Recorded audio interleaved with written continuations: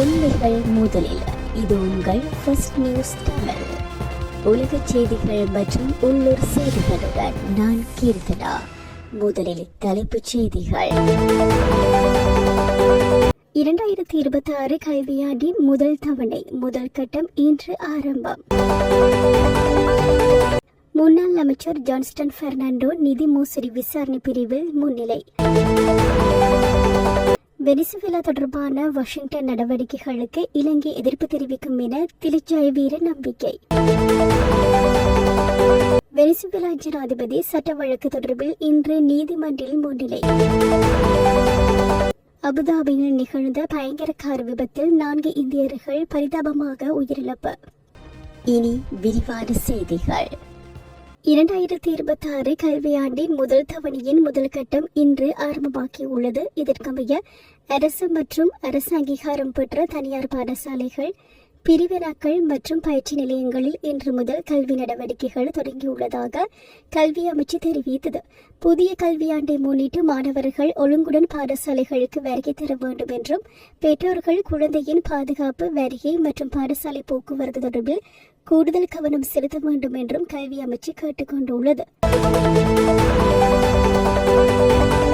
முன்னாள் அமைச்சர் ஜான்ஸ்டன் பெர்னாண்டோ நிதி மோசடி தொடர்பான விசாரணைக்காக இன்று காலை குற்றப்புலனாய்வு மற்றும் நிதி மோசடி விசாரணை பிரிவில் முன்னிலையாகியுள்ளார்.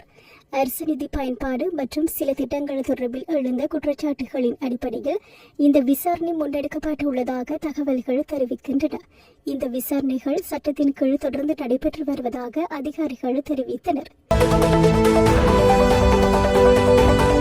இலங்கை நிலைப்பாடு. வெனிசுவேலா தொடர்பான வாஷிங்டனின் நடவடிக்கைகளுக்கு இலங்கை அரசு எதிர்ப்பு தெரிவிக்கும் என சர்வஜன அதிகாரம் கட்சியின் தலைவரும் பாராளுமன்ற உறுப்பினருமான திலிஜயவீர தெரிவித்தார்.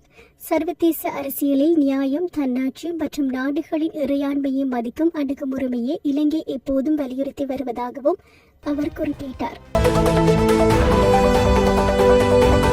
வெனிசுவேலா ஜனாதிபதி இன்று நீதிமன்றில் முன்னிலையாக உள்ளதாக சர்வதேச ஊடகங்கள் தெரிவிக்கின்றன. அரசியல் மற்றும் நிர்வாக நடவடிக்கைகள் தொடர்பான சட்ட வழக்கு ஒன்றின் அடிப்படையில் இந்த விசாரணை நடைபெறுகிறது. இந்த சம்பவம் வெனிசுவேலாவின் அரசியல் சூழலில் புதிய பரபரப்பை ஏற்படுத்தியுள்ள நிலையில் சட்டத்தின் கீழ் மட்டுமே நடவடிக்கைகள் முன்னெடுக்கப்படுவதாக அரசு தரப்பு விளக்கம் அளித்துள்ளது. ஐக்கிய அரபு அமீரகத்தின் அபுதாபியில் நிகழ்ந்த பயங்கர கார் விபத்தில் 3 உடன்பிறப்புகள் உட்பட 4 இந்தியர்கள் பரிதாபமாக உயிரிழந்துள்ளனர். உயிரிழந்தவர்கள் UAEயில் பணியாற்றி வந்த இந்திய குடியேற்றர்கள் என தகவல்கள் தெரிவிக்கின்றன. அதிக வேகம் மற்றும் வாகன கட்டுப்பாடு இழந்தமை விபத்திற்கான காரணமாக இருக்கலாம் என போலீசார் சந்தேகம் தெரிவித்துள்ளனர். சம்பவம் குறித்து விசாரணைகளை மேற்கொண்டு வருகின்றனர். இன்று நாட்டின் மேற்கு, தெற்கு மற்றும் மத்திய பகுதிகளில் இடியுடன் கூடிய மழை பெய்யும் வாய்ப்பு உள்ளது.